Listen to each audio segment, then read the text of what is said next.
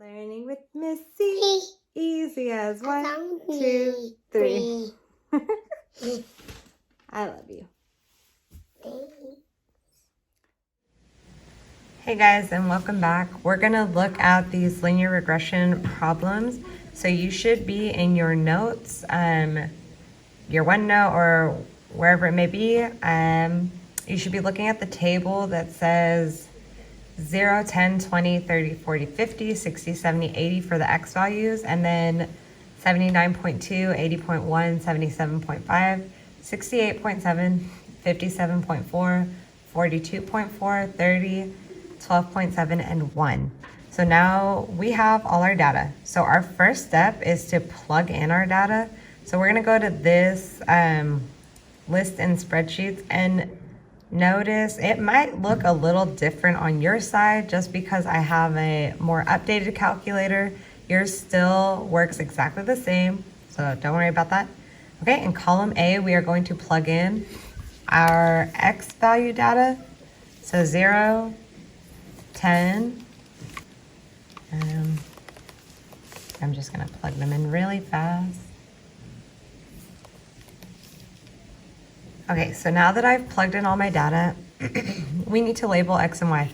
So we're gonna go up here where it says A, and we're gonna put the letter X. Then you're gonna have to press down and go to the letter B to plug in the letter Y. Okay, this is super important. Once you do this, you actually need to go into column C. Like, you just need to hover in there, because if you don't, your calculator is gonna think you're still entering data and it won't let you continue or do anything. So now that we have that, we're actually gonna press home. So press home. We've got the data in already, so that's great. So now we're gonna do line of best fit first, and then we'll do correlation coefficient. So my line of best fit, if you look, you just have floating. So we've got these points. This is our data that we've plugged in, but these dots are just kind of floating in space right now. So we need to give them a place to go. So we're gonna press right here and down here where it says click to add variable. Once you click that, it's gonna say X or Y. This vertical column is our Y. So all our dots are gonna line up, and then we're gonna click this one down here. This is our X. So now they're gonna move again. So we can see they're really close to a straight line. So this is gonna be really strong data because they are close to making that linear line. So now we wanna know our line of best fit equation. So this is what we did by hand in the video, but now we're actually gonna do it in the calculator so we can get an exact answer. So we're gonna go to menu. We want to analyze the graph, which is number 4. We want to know what the regression is, so 6, and then we want to know mx plus b, so the linear regression. So I press that and I get this nice equation. So this is my answer. This would be my equation. So negative 1.0605x plus 92.3089. Since these are lines of best fit, the actual number is not going to be exact. So some of you may have more decimals, some of you may have less decimals, depending on how your calculator is set. I just have mine to set after 4 decimals to cut off. So you could have more or less, it just depends on the settings, which is fine. As long as you get to the nearest 100th, I would say that's good to go. So now that we've got line of best fit, now we're actually gonna move on to correlation coefficient. So we're gonna press home. We are now going into our calculator. And remember, our data, that's why we're on 1.3. Our data is in 1.1. So that's why we're able to still do everything. Okay, so now that we're in the calculator, we're gonna press menu. We are working on statistics. We want the stat calculations because we want to know, we're looking for R, our correlation coefficient, and we want to know our linear regression. So mx plus b, we click it. It gives me this, so X list, we're just going to have this drop down menu. Notice you have all this other frequency residuals and things like that. We don't need all of that. We just want our X and Y because that's the data we plugged in. So our X is X, the Y is going to be Y. We hit OK, and then all this information comes up. So notice our M and B. This was our equation that we actually just got on line of best fit. I'm going to go back to it. So negative 1.06, 92.30. So if you look, that's all of that, which is great. Our calculator is reading everything. We're actually looking at R. That's our correlation coefficient.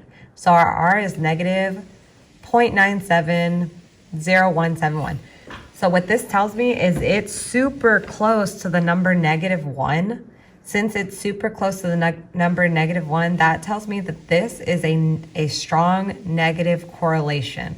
So strong negative correlation would be the answer. And I know that's a lot, but that is one problem. The more you practice it, the easier it becomes to remember everything. So good luck. I am going to do another example right now, so you can stay tuned. So let's go ahead and press doc.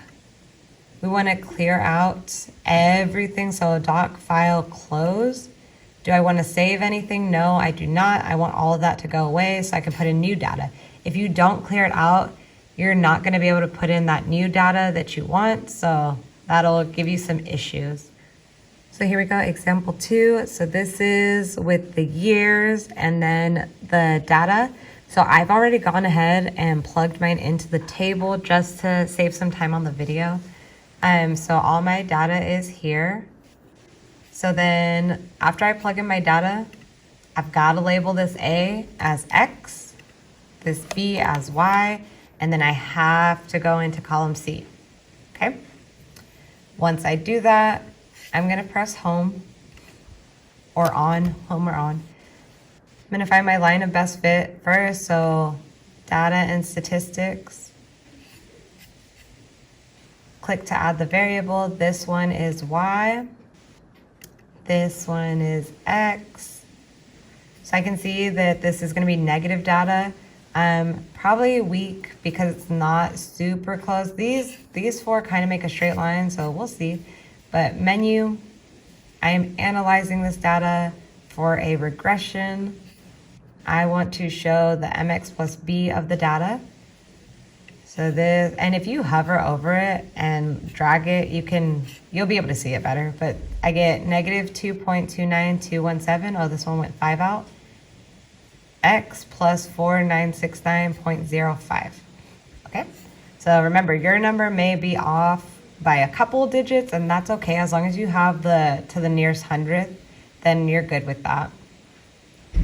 So once I find my line of best fit, now I'm actually going to go home. I want to go to the calculator. Once I'm in the calculator, I should be on 1.3 because I still want my same data. So 1.3, I'm going to menu. I am doing statistics, stat calculations, linear regression. For my X list, I am putting X. My Y list, I am putting Y, and then I press OK. And remember, the number I'm looking at is R.